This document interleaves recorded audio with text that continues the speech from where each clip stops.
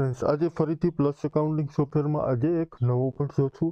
Friends, આજનો આપણો point છે કે આપણે ઇમ્પોર્ટનું બિલ એડ કઈ રીતે કરી શકીએ. અહીં આપણે કોઈ પણ પાર્ટી છે એ ઇન્ટરનેશનલ છે, વિદેશમાંથી આપણે માલ ઇમ્પોર્ટ કરીએ છીએ, એટલે કે વિદેશમાંથી આપણે માલની ખરીદી કરીએ છીએ, તો એ પાર્ટીનું બિલ પરચેસમાં કઈ રીતે ચડાવવું. તો અહીં સૌપ્રથમ ફ્રેન્ડ્સ, તમારામાં કદાચ સેટઅપ ન હોય તો અહીં સેટઅપ કરવાનું રહેશે.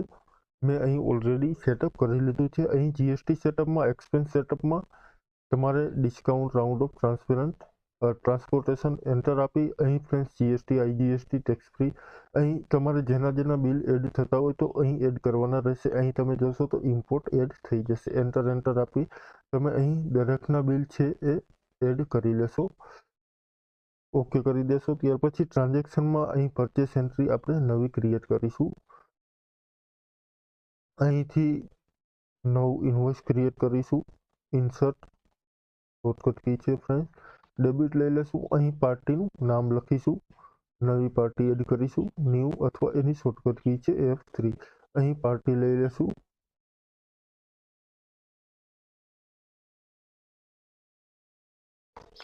એન્ટો મશીનરી. અહીં સન્ડ્રી ક્રેડિટર લઈ લેશું. ડિસ્ટ્રિક્ટમાં કંઈ પણ એડ નહીં કરીએ. અહીં ફ્રેન્ડ્સ ન્યૂ કરી, જો તમને સિટી એરિયાની ખબર હોય તો લઈ લેશો, અથવા અધરવાઇઝ ડોટ કરીને જવા દેશું. અહીં ફ્રેન્ડ્સ સ્ટેટ છે તો અહીંયા તમારે અધર ટેરેટરી લેવાનું રહેશે, એટલે કે બીજું રાજ્ય છે. અહીં પાન નંબર, ટાન નંબર, CST એ કંઈની ડિટેલ્સ જરૂર પડશે નહીં. અહીં રજિસ્ટ્રેશન ટાઈપમાં તમારે અનરજિસ્ટર રાખવાનું રહેશે. અહીં ઓકે કરી દેશું. અહીં વેન્ટો મશીનરીનું એકાઉન્ટ ક્રિએટ થઈ ગયું છે. હવે ફ્રેન્ડ્સ, અહીં જીએસટી કે એ કાંઈ એડ થશે નહીં, એટલે અહીં ઇમ્પોર્ટ આપણે લઈ લેશું. ઇમ્પોર્ટ બિલ છે એ ઇમ્પોર્ટ. ત્યાર પછી બિલ ઓફ સપ્લાય છે, અહીંયા ટેક્સ ઇન્વોઇસ લઈ લેશું. અહીં ફ્રેન્ડ્સ તમને પોર્ટ જોવા મળશે કે તમે કયા પોર્ટ ઉપર એ માલની ખરીદી કરો છો, અથવા તો એક કયા પોર્ટ ઉપર એ માલ ઉતારો છો. અહીં તમારે જે પોર્ટ લાગુ પડતો હોય એ પોર્ટ લેવાનું રહેશે. અહીં એક્ઝામ્પલ તરીકે મુન્દ્રા પોર્ટ લાગુ પડતો હોય તો અહીં મુન્દ્રા પોર્ટ લેવાનું રહેશે. અહીં મુન્દ્રા પોર્ટ તમને જોવા મળશે, મુન્દ્રા. ત્યાર પછી શિપ ટુ બિલ ડેટ આપેલી છે, એટલે કે કેટલી તારીખે શિપ થયો છે માલ, તો અહીં તારીખ તમારે નાખવાની રહેશે. એન્ટર આપી દેશું. વાઉચર નંબર તમને એડ કરવા દેશે નહીં, અહીં ડાયરેક્ટ બિલ નંબર એડ કરવાના થશે. એન્ટર આપી દેશું. ત્યાર પછી શિપિંગ બિલ નંબર છે એ એડ કરવાના રહેશે.